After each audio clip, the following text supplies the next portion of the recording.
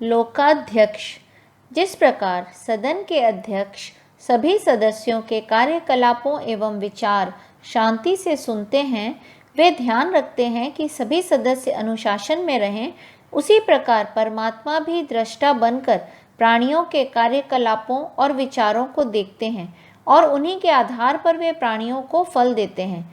वे ही समस्त लोकों के अधिपति हैं, इसलिए उनके बनाए नियमानुसार जीवन व्यतीत करने में ही हमारी भलाई है। सुराध्यक्ष, देवताओं के अध्यक्ष। देवताओं को सुर कहते हैं।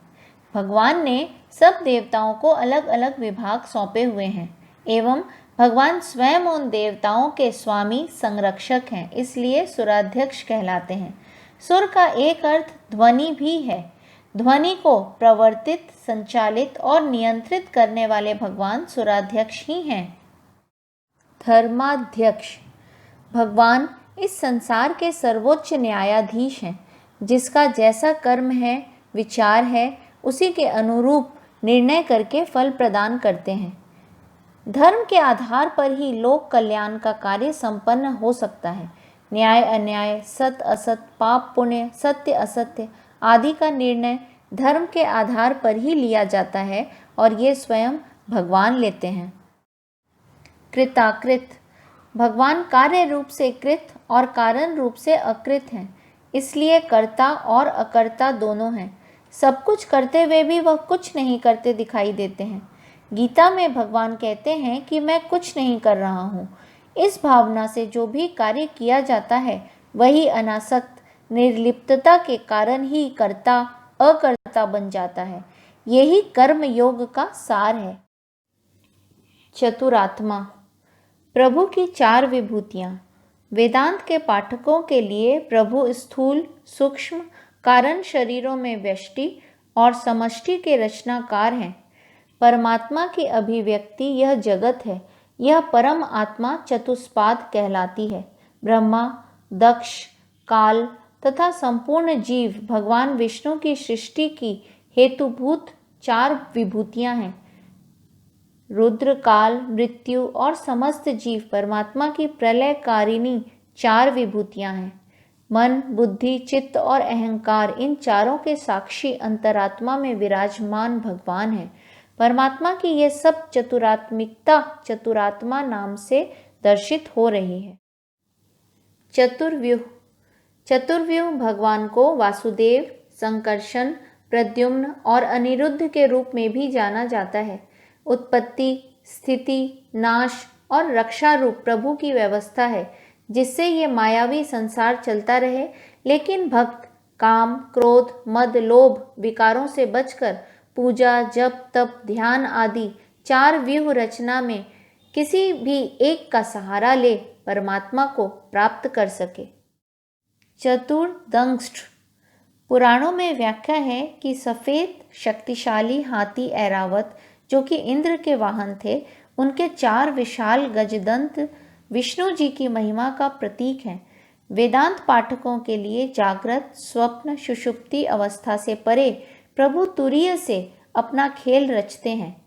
नृसिंह अवतार में भक्त वत्सल भगवान विष्णु ने अपने भक्त प्रहलाद के वचन सिद्ध करने के लिए चार दाढ़ों वाला विकराल रूप धारण कर खंबे में से अवतरित होकर दर्शन दिए थे। गीता के 11वें अध्याय के 23, 25, 27 श्लोकों में भगवान के विराट रूप के दर्शन का वर्णन है। भगवान की दाढ़ों का वर्णन अर्जुन ने किया है। चतुर्भुज।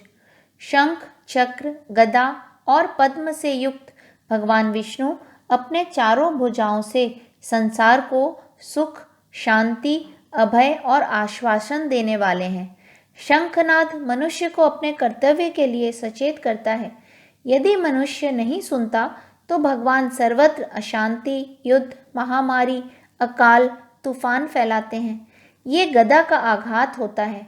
दंड पाकर भी पाठ नहीं सीखने पर प्रभु चक्र से नष्ट कर देते हैं और प्रभु की ओर मुख करने वाले को कमल पुष्प, जो कि शांति, आनंद, शुभ और सुख का प्रतीक है, भेंट करते हैं।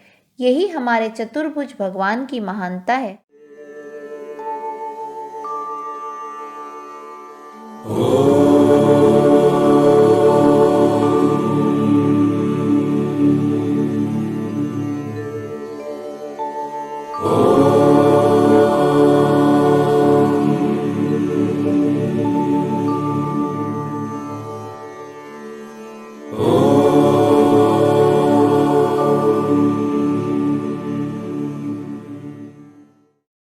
भ्राजिष्णु भगवान विष्णु ही एक रस प्रकाश स्वरूप हैं। उन्हीं का प्रकाश चर अचर सूर्य चंद्रमा यहाँ तक कि अग्नि के तेज रूप में प्रकाशित हो रहा है। गीता के अध्याय 13 श्लोक 12 में भगवान उसकी पुष्टि करते हैं। परमात्मा भ्राजिष्णु ही स्वयं प्रकाशमान दिव्य ज्योति हैं, जिनके कारण सर्वत्र प्रकाश व्याप्त है।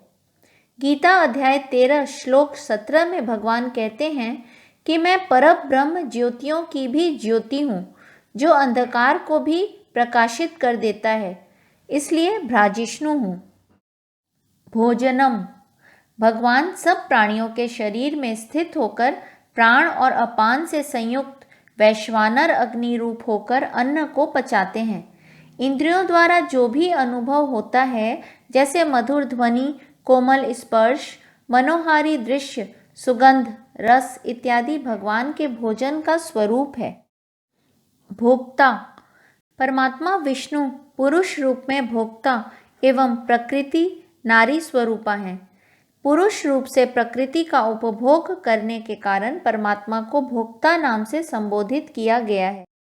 सहिष्णु सहनशील की मूरत भगवान विष्णु निर्लिप्त भाव से सब सहन कर लेते हैं। सुख दुख, हानि लाभ, शीत उष्ण, मान अपमान, जड़ चेतन, मानव दानव इत्यादि, लेकिन स्वयं दृष्टा ही बने रहते हैं। रावण, कंस, हिरणाक्ष आदि दुष्टों को सहन किया, सुधरने का अवसर दिया, फिर भी न सुधरने पर उन्हें दंड दिया। सहिष्णु भगवान अपने भक्तों की गलती तक क्षमा कर देते हैं। वे अपने शत्रुओं को मृत्यु दंड देकर उन्हें मोक्ष प्रदान करते हैं। जगदादिज अनादि और अनंत परमात्मा के गर्भ से ही चराचर जगत की उत्पत्ति हुई है, इसलिए परमात्मा को जगदादिज नाम से संबोधित किया है। परमात्मा से ही संसार उत्पन्न हुआ एवं पंच महाभूत आकाश, वायु, अग्नि, जल, पृथ्वी की रचना हुई और इनके जो गुण हैं शब्द, स्पर्श, रूप, रस और गंध, वे सब परमात्मा के ही प्रतिरूप माने गए हैं। अनघ अघ अर्थात पाप और अनघ अर्थात जो पाप रहित हो। परमात्मा अच्छी बुरी वासनाओं से निर्लिप्त हैं। पुण्य और पाप दोनों ही परमात्मा पर कोई प्रभाव नहीं डाल सकते, क्योंकि परमात्मा तो स्वयं प्रकाश स्वरूप हैं। उन पर पाप पुण्य कैसे प्रभाव डाल सकते हैं। विजय ज्ञान, वैराग्य और ऐश्वर्य आदि गुणों में सबसे बढ़कर विश्वतोमुखी जय से विभूषित होने के कारण भगवान को विजय नाम से सुशोभित किया गया है। जो प्राणी भगवान की आराधना सात्विक ढंग से तथा निष्काम भाव से करता है, उसे सदैव सर्वत्र जय ही मिलती है। जीत हमारे अंदर बैठे चिन्मय परमात्मा की ही होती है। जेता स्वभाव से ही समस्त भूतों को जीतने वाले भगवान विष्णु स्वभाव से ही समस्त जीवों से अधिक उत्कर्ष प्राप्त करते हैं, इसलिए जेता कहलाते हैं।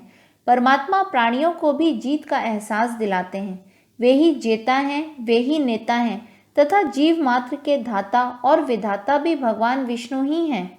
उपनिषद में कहा है, सत्यमेव जयते नानृतम। भगवान सत्य स्वरूप हैं, जीत सदैव सत्य की ही होती है। विश्व योनि भगवान विष्णु ही विश्व हैं तथा विश्व की उत्पत्ति के मूल कारण भी वे स्वयं हैं, इसलिए उन्हें विश्व योनि नाम से विभूषित किया गया है। पुनर्वसु भगवान पुनः पुनः शरीरों में आत्म रूप से बसने वाले हैं।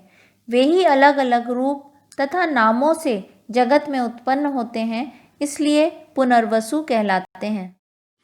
हरि ओम। श्री विष्णवे नमः।